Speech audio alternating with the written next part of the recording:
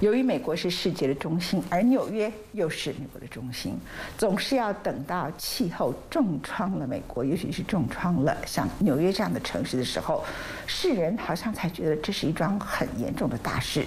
事实上，答案并不在纽约，答案在北极。在北极呢，7月份记录了1个礼拜3次的雷暴天气。什么叫做北极的雷暴？对科学家来讲，这是不可能想象的事情。雷暴的出现，它基本的整个气候环境就是它在空气中、大气层里头要有足够的热对流，也就是空气里头在北冰洋的上方要有热的对流。这个地方应该都是冰冷的、冰层的，虽然它在融化，它应该是很冷的，怎么会有热对流呢？因为这个地方的全球暖化的速度是世界的3倍，在今年7月的1个礼拜里头出现了3次北极的雷暴，它已经告诉我们，这个世界完全都改变了。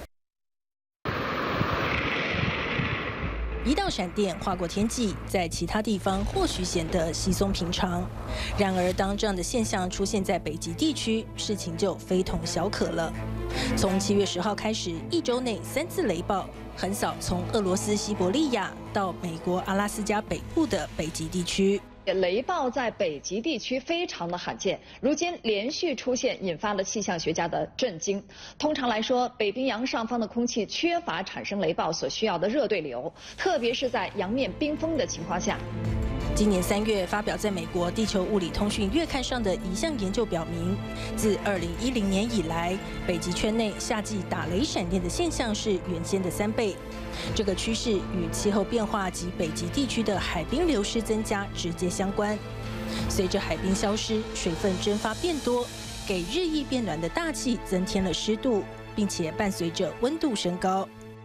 The source of climate change is in the mid-latitudes where most of the fossil fuels are being burned, but most of the biggest impacts are near the poles. I would say this is ground zero for climate change, like the polar regions. Atmospheric scientist Andy Prine says there's already been a 4-degree increase in temperature there, double what we've seen in the lower 48, and parts of North Alaska are now seeing thunderstorms for the first time. He says it's not just due to added heat, but also added moisture from the melting of summertime sea ice. So Alaska is becoming way more humid in the future because of that.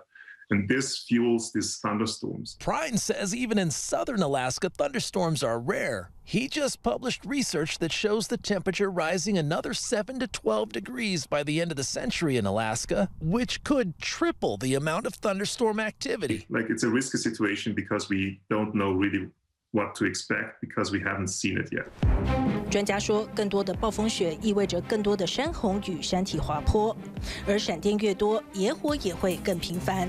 例如，近年来西伯利亚越来越猛烈的森林大火，以及阿拉斯加6月的大火，都是最直接的证据。费尔班克斯国际北极研究中心的研究人员说，到本世纪末，将有更多阿拉斯加冻原会经常发生火灾，面积会是过去的2倍，火灾发生的频率则是过去的4倍。And this might really become more frequent in the future. This is all connected to the extreme strong warming in Alaska. 根据美国全国大气研究中心的科学家，过去1年在《气候动力学》杂志上发表的2项研究指出，若当前的气候趋势继续下去，到本世纪末，仅阿拉斯加一地的雷暴活动就有可能增加到过去的3倍。The annual Arctic report card says the pace of sea ice decline and surface ocean warming is unprecedented. U.S. government scientists say there is an unparalleled period of warmth in the Arctic. 美国国家海洋及大气总署发布的2020北极年度报告指出，北极圈暖化的速度比地球上任何一处快3倍以上，这也让阿拉斯加诞生了一批气候难民。位于冰天雪地的亚北极圈的纽托克，当地常年冰封的永冻层已因暖化开始溶解。By the end of this century, as many as 13 million Americans will be forced to move because of rising sea levels, flooding, and erosion. But even though this wave of climate migration is coming right toward us, the federal government has no plans for how to deal with it. And some parts of the U.S. are already losing ground to the sea. In Alaska, 31 villages, home to about 18,000 people, are in danger of disintegrating. And for one village, there's no time left. In the morning after the storm, Della assessed the damage. Every time a piece of land breaks off when I'm staying over at my uncle's, I can hear it and I can feel it.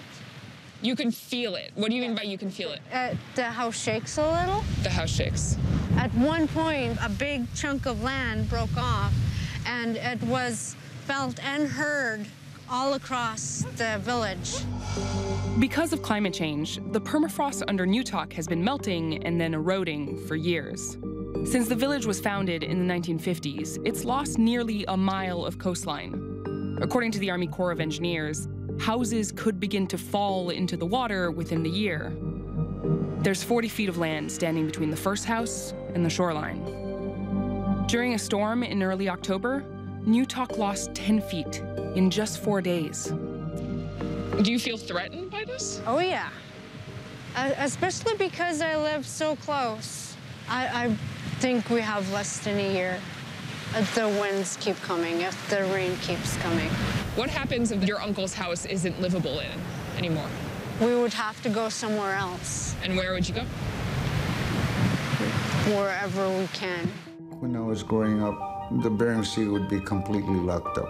And now what ice we get is, we call it sikuliak. That's the young ice that's formed from the bottom of the ocean as slush. It floats up. Now it's thin. It's easy to break up. We need the ice, and with it diminishing, our walruses are in danger. Even the whales that I depend on are in danger. We have frequent storm surges, flooding, hotter temperatures, not only in the air but in the water. And it's affecting the well-being of fish, plants, and animals. With the water being 10 to 15 degrees warmer in the Norton Sound, I caught so many belly-up fish in 2019 I've never caught before. My nets actually were totally stinky. 永冻层正在消失，北极圈的灵魂也正在消失，北极独特的生态圈正面临灭绝。人类得扪心自问，真要让这一切回不去吗？